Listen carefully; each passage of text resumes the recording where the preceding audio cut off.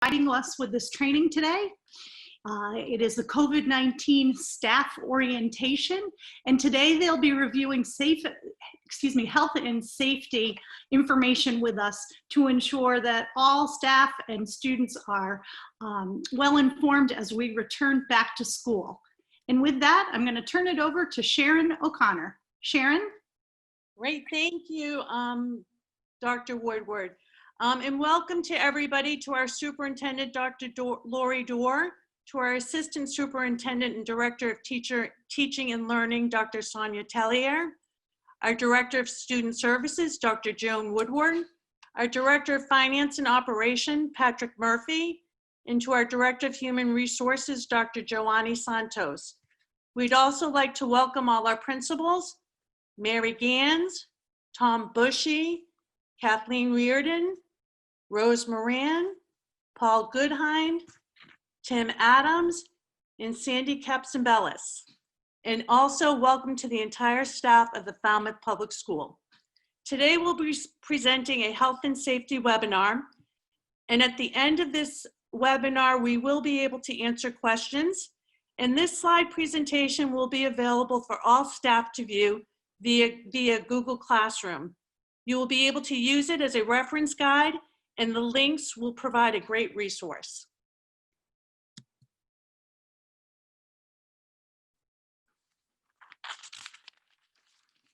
As Falmouth Public School prepares to return for the re-entry into the 2020-2021 school year, the expectations for everyone in order to provide the safest working and learning environments possible. All efforts are being made to mitigate the risk of transmission of the COVID-19 based on the most current health and safety information available. We thank everyone for all you are doing on behalf of the children and the family in these complex and uncertain times. Please note that the information regarding this virus and best practices is evolving, so our guidance and plans will evolve as well. School health and safety objectives: to decrease risk of individuals infected with COVID-19 from entering the schools, decrease transmission of COVID-19 among staff and students, to quickly identify individuals with COVID-19 and put containment procedures in place, to ensure that the special needs of students with physical, emotional, and behavioral concerns are thoroughly addressed in a fair and equitable manner, to communicate regularly with staff, students, families, and the community, and to ensure that COVID-19 health guidance safeguards provide an equitable education experience for all the students. I'm going to review with you a few basic bits of information about the coronavirus, commonly called COVID-19 or SARS-CoV-2, just so you have a better understanding of the transmission and, even more importantly, the prevention. Coronaviruses are a family of viruses that can cause illness in people. Coronaviruses circulate among animals. SARS-CoV-2 is the 7th known human coronavirus and the virus that causes COVID-19. It is thought to have jumped species from animals to infecting humans. COVID-19 is a respiratory disease spread from person to person. The virus that causes the coronavirus is the novel coronavirus that was first identified during an investigation in an outbreak in Wuhan, China. There is currently no available vaccine at the present time or FDA-approved treatment of COVID-19, although there are many companies around the world that are working on development at this time. It's extremely important to be aware of the signs and symptoms of COVID, so I'm going to go through them with you now. Some of these symptoms can be presented alone, and others need to be presented with other signs and symptoms. So we have fever, 100 degrees or higher, and that can be accompanied with chills, a cough, but not due to other known causes such as a chronic cough or asthma, difficulty breathing with shortness of breath, new loss of taste or smell, also headache, but the headache should be in combination with other symptoms, sore throat, muscle aches or body aches, nausea, vomiting, and or diarrhea, fatigue, but that is in combination with other symptoms as well. Nasal congestion or runny nose, but not due to known causes like allergies, and that should be in combination with other symptoms as well. Then there is another serious condition that is found in children, and it's called a multi-system inflammatory syndrome. These symptoms are much more extreme than the average COVID symptoms. They include fever, abdominal pain, diarrhea, vomiting, rash. A rash can occur on their feet, and it's specifically known as COVID toes. They have a severe rash on their toes. Neck pain, bloodshot eyes, extreme fatigue, confusion, trouble breathing, pain or pressure in the chest that doesn't go away, cyanosis, and difficulty to arouse. These students need to be seen immediately by their healthcare provider or the emergency room.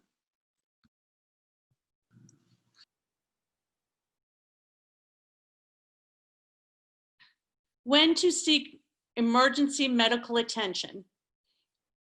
When you are experiencing these symptoms, or if someone close to you is experiencing these symptoms, you need to seek medical attention immediately. Trouble breathing, persistent pain or pressure in the chest, new confusion, inability to wake or stay awake, bluish lips or face, cyanosis. Call 911 or call ahead to your local emergency facility and notify the operator that you are seeking care for someone who is presenting signs with COVID-19.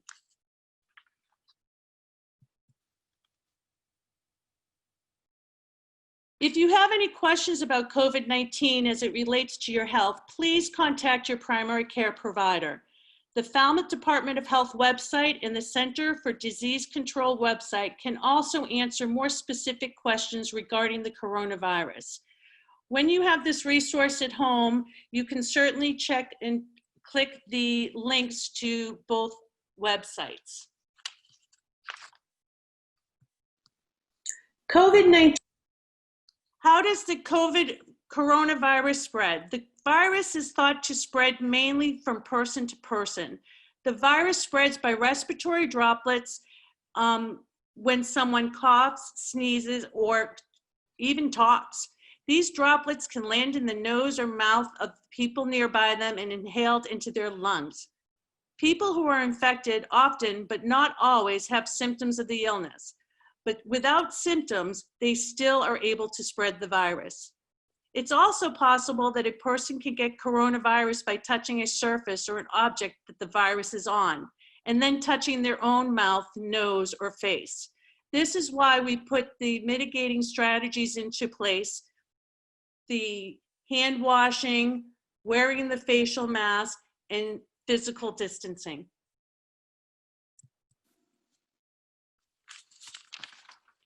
One of the most important ways to prevent the transmission of COVID-19 in our schools is to keep those who have symptoms of the illness or who have recently had known contact with an exposed COVID-19. We'd like to have them out of the building until we are certain that they are no longer at risk for being contagious. To that end, we will be requiring a daily health screening at home for all staff and students. For staff, this may be done at home before they come to school. And what you're going to do is you're going to take your temperature and you're going to evaluate yourself, or if you have a student that goes to school, if they have any of the symptoms of COVID. If you do, or if your student does, or your child, please do not go to school.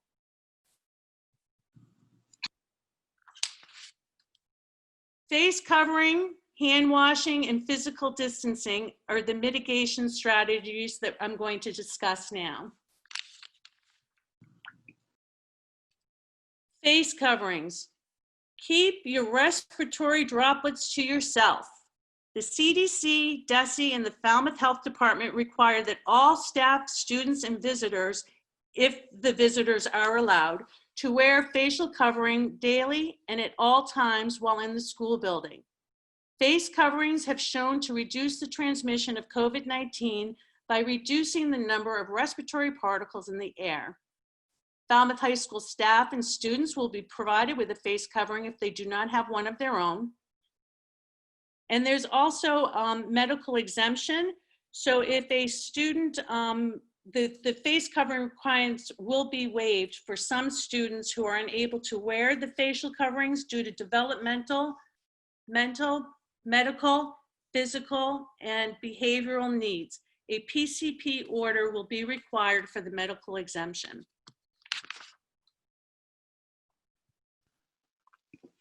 Please wear your face coverings correctly. There is a specific way that you have to wear your face mask to maintain safety. You want to make sure that the mask fits just under the bridge of your nose and goes under your chin. You want to make sure it has a nice snug fit around your ears, or you tie that and there's no gap.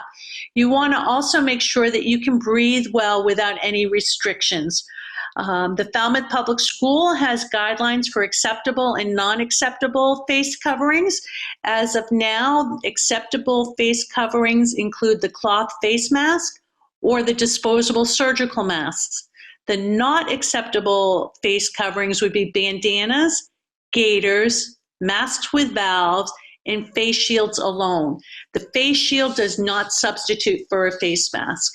And on this Google slide, we do have a link on how to wash your cloth face coverings appropriately. You basically can wash it in the washer on warm temperature, put it in the drying setting at the highest heating level. You can wash them by hand and dry them flat, preferably putting them in sunlight while they're drying.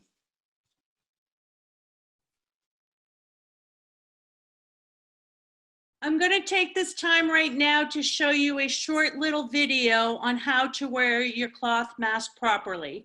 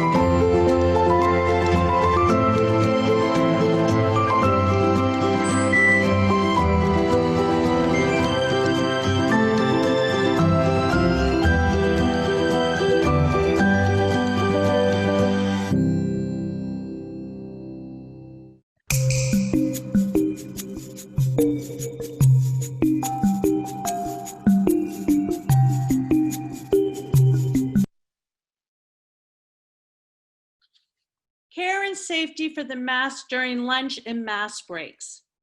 Face coverings may be removed when eating, during mask breaks, and outside when physically distance is consistently greater than 6 feet. The cloth face mask should be stored in a space designated for each student that is separate from others when not being worn. You want to be real careful that the students don't borrow or use one of their friends' face masks. I'm sure you're going to see kids that want to trade, but you really have to enforce that they have to keep their own face mask. They can place their face mask on their desk or in a pocket or in an individually labeled container or plastic Ziploc bag for protection from it getting soiled. You're probably going to hear this question a lot if you already haven't heard it. But if my child is sitting 6 feet away from her classmates, why does she have to wear a mask the entire day? Well, although your child will be sitting at his or her desk, it is not assured the 6 feet will be maintained throughout the entire day. The longer the exposure time, the greater the risk of spreading COVID-19. The goal of the CDC is to reduce the risk of the COVID-19 spreading from both symptomatic and asymptomatic individuals. There will always be a mandatory mask break in every school per DESE. DESE requires at least 2 mask breaks a day.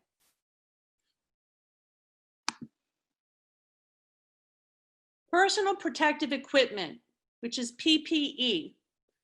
The people that will be wearing the PPE would be the school nurse and the health assistant. They'll be wearing the PPEs when they're triaging and assessing students that present with the symptoms of COVID. If they are sent into the medical waiting room, the staff member that will be in the medical waiting room will be dressed in PPE equipment the entire time. PPE equipment can also be worn by staff requiring individual accommodations, and it can also be worn by anyone working in high-risk settings, and that's to be determined by admin per the CDC and DESE requirements, and that could be a one-on-one or a school specialist. Now I have a video of donning, which is putting on the PPE equipment. Now this video here is intended for technique purposes only. How to safely put on personal protective equipment, or more commonly called PPE. We will demonstrate one way to appropriately put on or don PPE. More than one donning method may be acceptable to your facility. It's important that you receive training, demonstrate competency, and practice your healthcare facility's donning procedure. First, identify and gather the proper PPE to don, including an appropriately fitted isolation gown, a NIOSH-approved N95 filtering facepiece respirator or higher level respiratory protection, or if a respirator is not available, a face mask, a face shield or goggles, and a pair of disposable patient examination gloves. Perform hand hygiene by using alcohol-based hand sanitizer or washing your hands with soap and water for at least 20 seconds. Put on the isolation gown.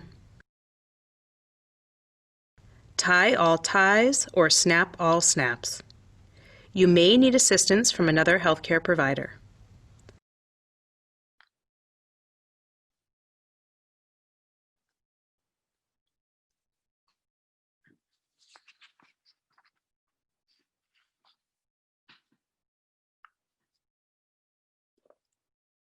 Put on the N95 respirator.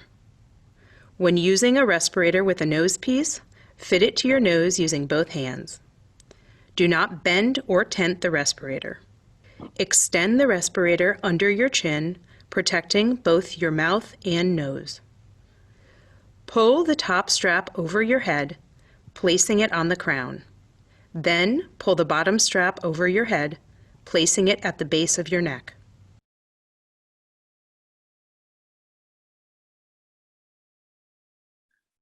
Lastly, perform a user seal check. Do this by using your hands to cover the surface of the respirator and gently exhale, checking that the facepiece bulges slightly. Then, while keeping your hands over the respirator, take in a quick, deep breath, checking that the facepiece collapses slightly. If air escapes through the edges, readjust the fit of your respirator and perform another user seal check. Do this each time you put the respirator on. If a respirator is not available, put on a face mask.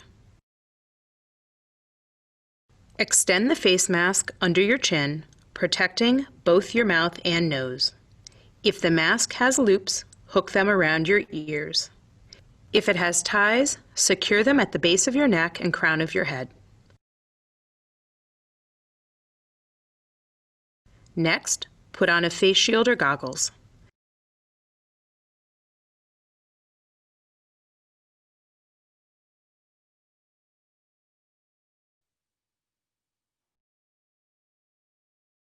Lastly, put on your gloves.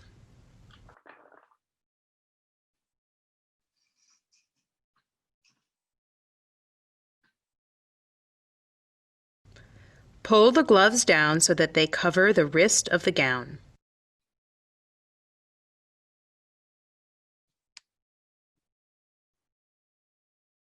You are now ready to enter the patient's room.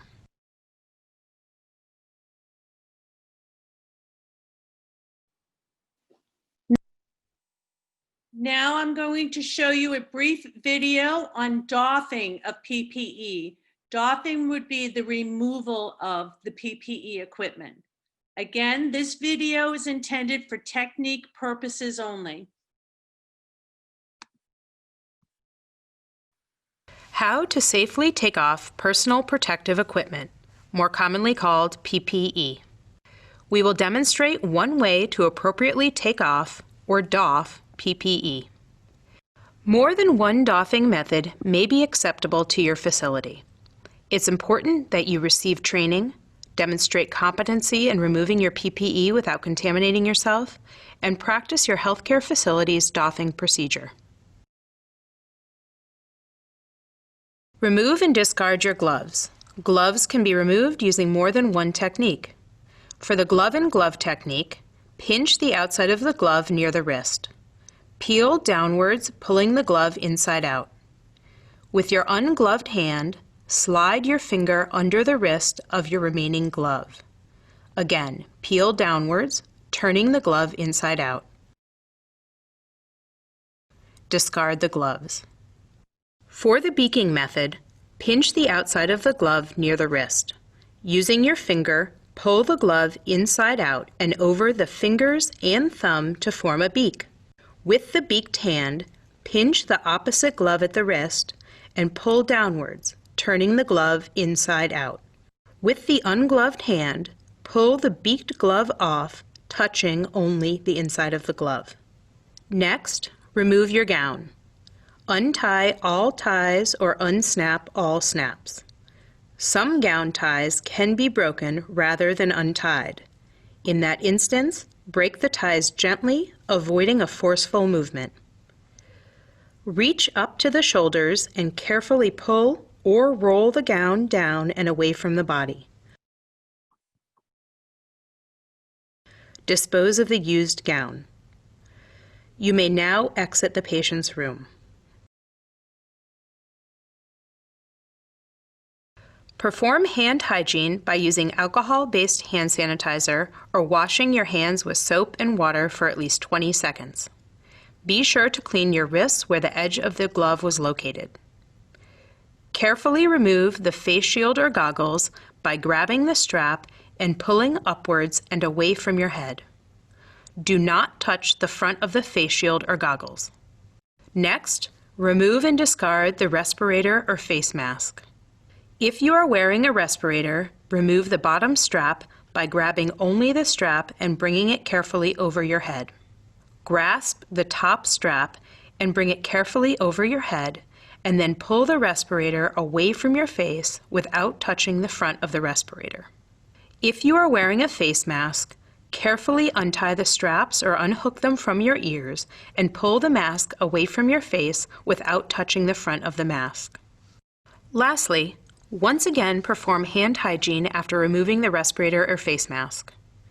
You have now completed the doffing procedure.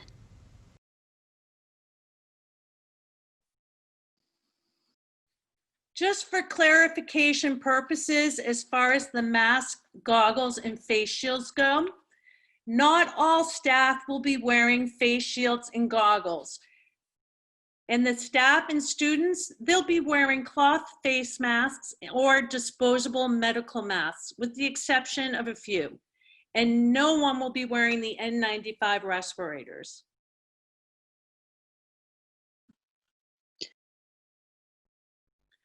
All right, here we are, the hand washing. I know you've heard it a million times, but I have to review. Everyone will be asked to wash their hands frequently and thoroughly throughout the day, including entry into the building, exiting the building, entering classrooms, exiting classrooms. Good hand washing techniques include scrubbing your hands with soap and water for 20 seconds before rinsing, and then drying completely with a paper towel. Alcohol-based hand sanitizer with at least 60% alcohol may be used when soap and water are not readily available. And if your hands are visibly soiled, please find some soap and water. Little did you think I'd have another slide on hand washing. All right, the most important times to wash your hands: moving in and out of the building, in and out of the classroom, preparing and or eating food, touching a shared item, sensory play, adjusting your own face covering or touching your face, using the bathroom, touching common surfaces or objects. And yes, I do have touching face again. And I did that on purpose because so many people touch their face and you don't even realize you're doing it. Sneezing, coughing, and if your hand's near your mouth, especially, you have to wash your hands then. Cleaning surfaces or handling garbage, and the list could go on. Basically, what it boils down to is anytime you touch anything, you really need to clean your hands.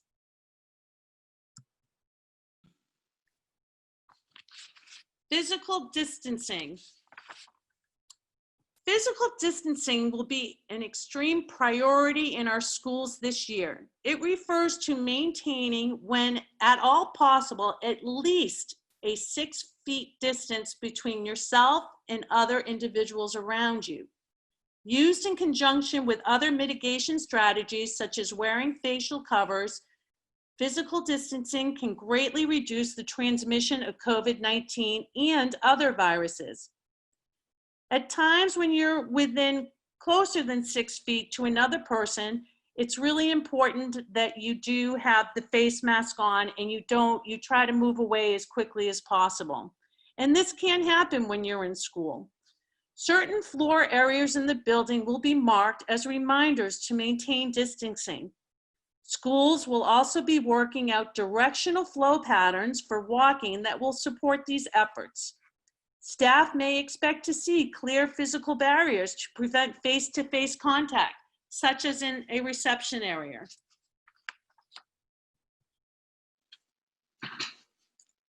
What other modifications will be in place? You can read along with me. Common spaces, bathrooms, and frequently touched surfaces will be cleaned at the beginning, middle, and the end of the day. Schools will have plans in place for cohorts of students to use certain bathrooms, and bathroom monitors will be in place. Staff will be given instruction on cleaning and disinfecting methods for their spaces. There'll be more hand sanitizer stations located throughout the building. There will be additional entrances with clear instruction for drop-off pickup, and water fountains may not be in use during this time. You're encouraged to bring your own personal water bottles that will be used instead. There will be the filtration water stations will be up and running if you do have one in your school. And the health office will be divided into 2 spaces. Some might have 3. One being utilized as the medical waiting room, one is the clean room, and one might be a triage room. Signage will be clear with regards to off-limit spaces or spaces with special instructions for usage. Modifications continued. Nurses will be developing new procedures for when and how to send students to the health office for care. Protocols will include the wearing of PPE, personal protective equipment, such as gloves, gowns, and eye protection for times when there could be a higher risk of exposure to COVID-19. This would be when the nurse is triaging a student that has symptoms of COVID-19. The nurse or health assistant will be wearing PPE equipment the entire time while inside of the medical waiting room. The teacher will notify the health office prior to a student's visit. The nurse will triage, assess student, and refer the student to the medical waiting room or the clean health office. The students will eat their meals in the cafeteria or the classroom unless other accommodations are made that will respect physical distancing as per school choice. Students will stagger during passing in the hallway between periods. One-way hallways will be clearly designated with appropriate signage. instructions for when to stay home and for how long will be different than in the past years in order to follow best practice guidelines to reduce disease transmission. This will include instruction for proper home isolation and quarantine if warranted.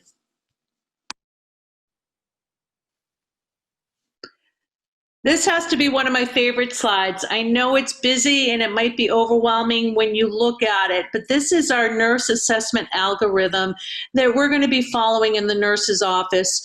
Just wanted the staff members to know that there's a certain protocol that we are going to follow as far as our clean health office, our triage, and our medical waiting room.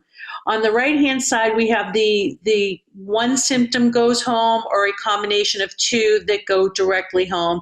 Also, we see if there's a history of close contact or potential exposure or recent travel. Those students, and I won't go through the list, we've gone through the symptoms earlier in the slides. They'll go directly to the medical waiting room. Then a parent or guardian will be called, they'll be dismissed, and they'll be advised to go to their primary care provider. The other group that we assess in triage with the one symptom and not a combination, we triage them. If they're unresolved, they get moved into the medical waiting room. If they are treated and they feel better, then they return to class.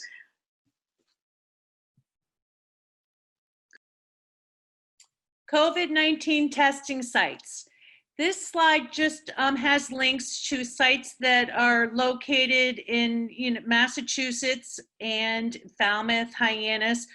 You can go into the last link here, which is the COVID-19 mass test site locator. And once you go in there, you just enter your zip code and it will tell you what the closest COVID site testing site is.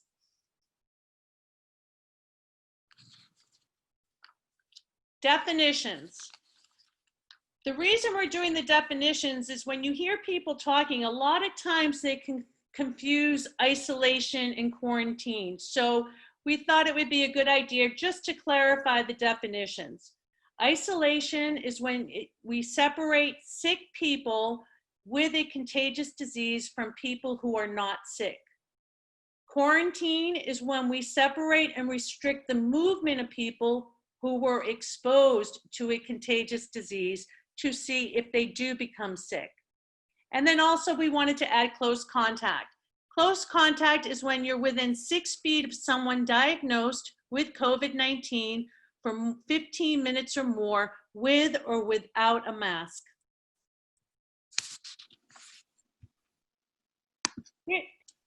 COVID-19 guidelines. This is another great resource that we're going to be utilizing in the nurse's office. It kind of summarizes the dismissal procedure and when someone can return to school. So I'll just review this with you quickly. If they have one of the following symptoms, fever, 100 degrees or higher, a new cough, shortness of breath, difficulty breathing, sore throat, loss of taste or smell, nausea, vomiting, and diarrhea, they automatically are dismissed home. If they have 2 or more of the following symptoms, headache, body ache, muscle ache, fatigue, congestion, runny nose, not due to a known condition, or if they've had close contact within 6 feet of someone diagnosed with COVID-19 for 15 minutes or more with or without a mask, or if there's been some travel out of state or the country or any high-risk areas. When can they return to school? If they're dismissed and they go to the doctors and they receive a positive COVID test, they may return to school no sooner than 10 days. They have to be fever-free for 24 hours without the use of fever-reducing medication, which is an antipyretic, and that their symptoms have improved.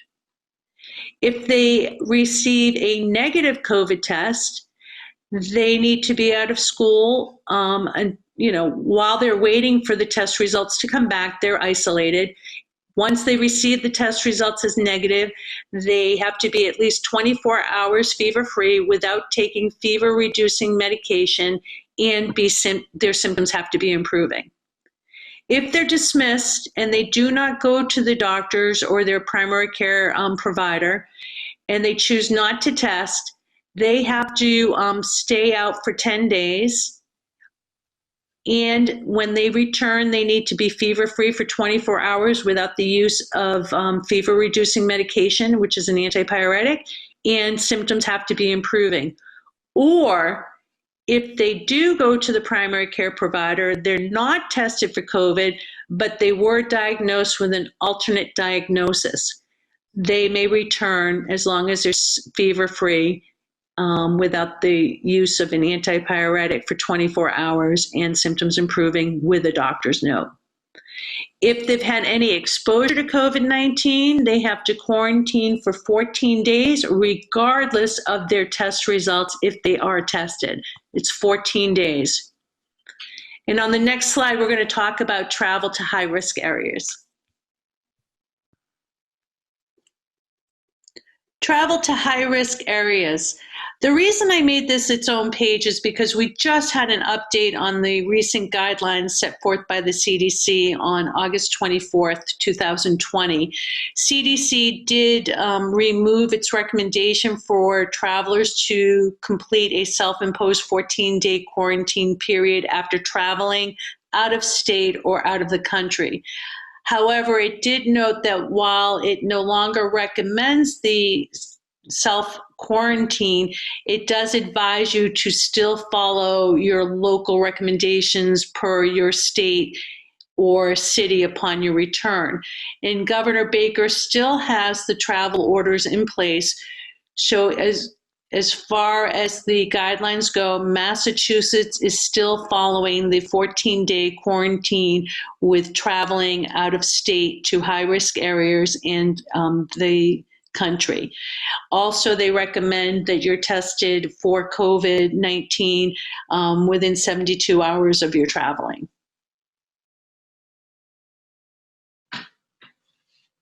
Students and school staff with COVID-like symptoms, even if they're mild, are strongly encouraged not to enter our building. We are making every effort to keep the virus out. We know that a person, however, may be contagious before they develop symptoms, and some may have no symptoms at all. For this reason, our established mitigation strategies will help keep the virus from spreading from person to person in our school setting. The mitigation strategies, including more frequent cleaning and disinfecting, are in place for the purpose of prevention should there be an unknown active case in one of our buildings. Nurses are carefully planning and preparing protocol for medical waiting rooms and immediately sending home anyone with symptoms using an abundance of caution. Nurses will be working with families in order to plan for a safe return to school per DESE, the CDC, and the Falmouth Board of Health. In the event of a positive case within our community, detailed disinfecting procedures will be followed for possibly contaminated spaces. Communication will be shared by the Falmouth Board of Health, the VNA, and/or the administration with staff and families regarding general information about positive cases and any further action. I have a few scenarios that I'd like to share with you.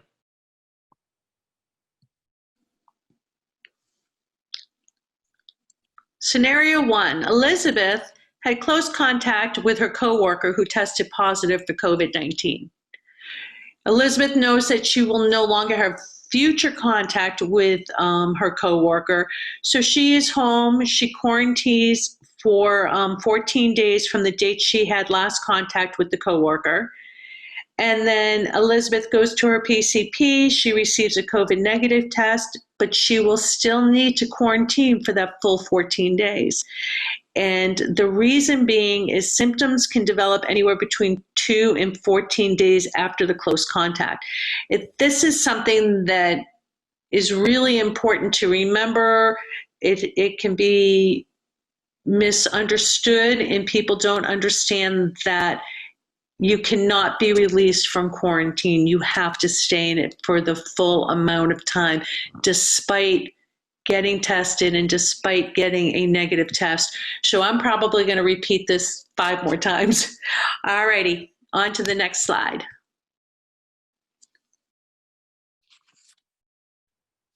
Scenario 2, John had close contact with his sister who has COVID-19. He is able to further avoid contact with her because she's going to isolate in another area in the home. But John, because he had contact with his sister, he will quarantine for 14 days from the date that his sister began her home isolation. So you can look at the calendar there. His sister started her isolation on the 1st. So John started his quarantine, and he completed it on the 15th. This scenario has a little twist to it. John was already under quarantine, and then he had an additional close contact with his older brother, who has tested positive for COVID-19 a few days after John went into quarantine because of his sister testing positive. So what's going to happen is John will have to restart his quarantine from the last day he had close contact with his brother, who was COVID positive. So anytime a new household member gets sick with COVID-19 and you've had close contact with them, you need to restart your quarantine. So John will be on a second part of his quarantine. His older brother will isolate along with his sister that's still in isolation. So if you take a peek at the calendar, he originally started his quarantine on the 1st. That's after he had the exposure with his sister on quarantine, and then his brother's diagnosed on the 5th. So now John has to start the quarantine all over again. So John goes to his PCP and he gets a negative COVID test. So may he return to school before completing his 14-day quarantine? Absolutely not. John may not return to school even though he tested negative, because he has to fulfill the full quarantine. The reason being is you can develop symptoms anywhere between 2 to 14 days after the exposure. So he cannot return to school until the quarantine is over.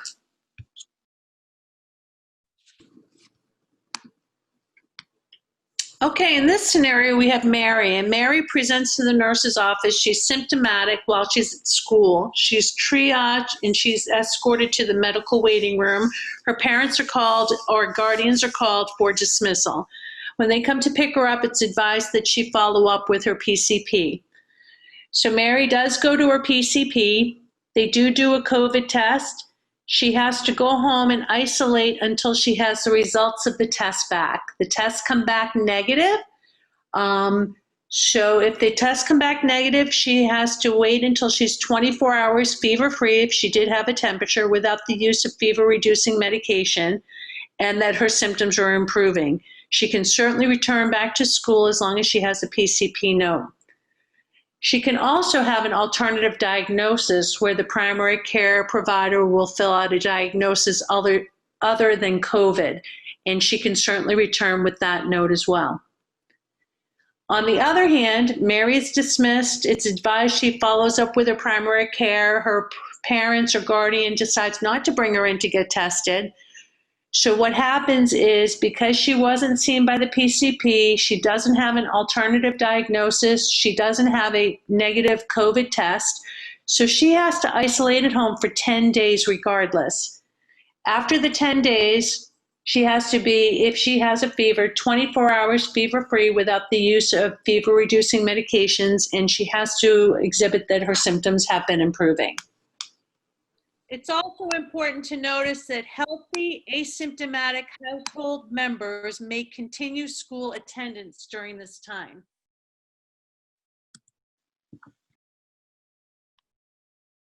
Here's a nice visual for an isolation and a quarantine. We have the individual A is a confirmed COVID case, and they are in isolation. Individual B, she was a close contact to A, so she needs to quarantine. Now C, he doesn't know if he needs to quarantine or not because he was in contact with B. He does not have to quarantine because he was not a close contact with A. So a lot of people get a little confused about a contact of a close contact. So no, C does not have to quarantine.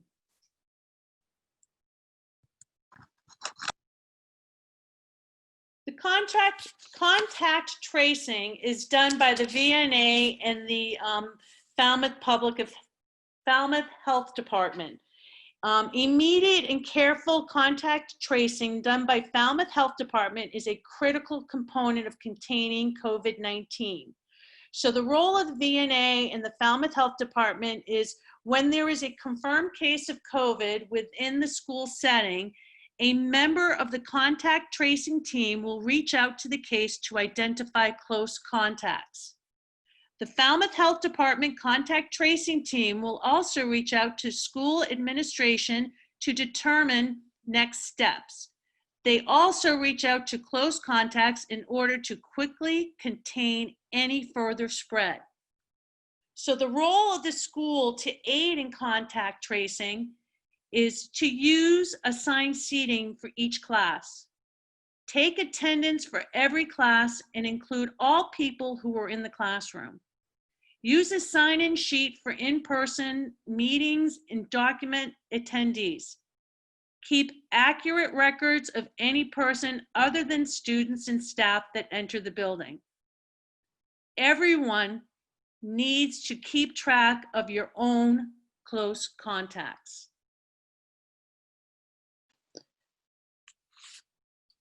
COVID-19 teams and support. The Falmouth Public Schools principals have identified a work group, and it was the COVID reentry work group. And they've been working and they continually work together along with the Falmouth Public School Administrator to implement and review protocols that relate to COVID-19, as well as problem solve and help school staff find creative solutions to situations that arise as we navigate this new territory. Each individual in the Falmouth Public School system has established the contact person. Oh, I already said that. School COVID-19 contact persons will work closely with the Falmouth School Superintendent, Dr. Lori Dorr, as well as the Falmouth Department of Public Health in order to achieve our goal of mitigating the spread of the virus. Containment protocols will be swiftly implemented should there be a detection of a positive COVID-19 diagnosis within our community.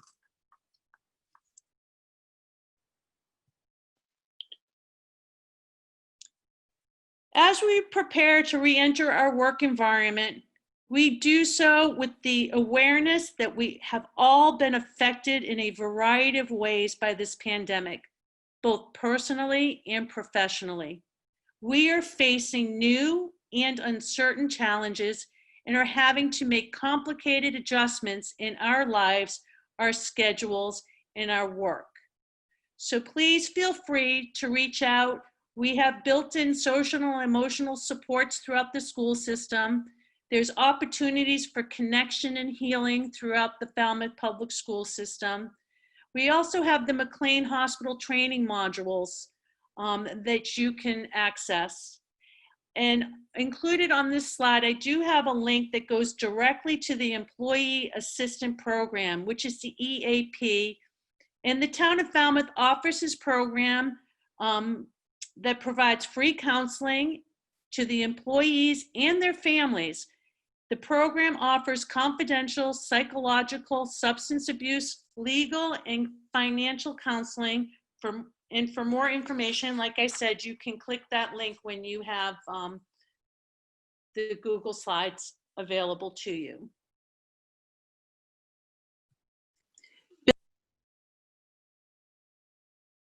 Building-specific health and safety procedures are continually being reviewed and updated.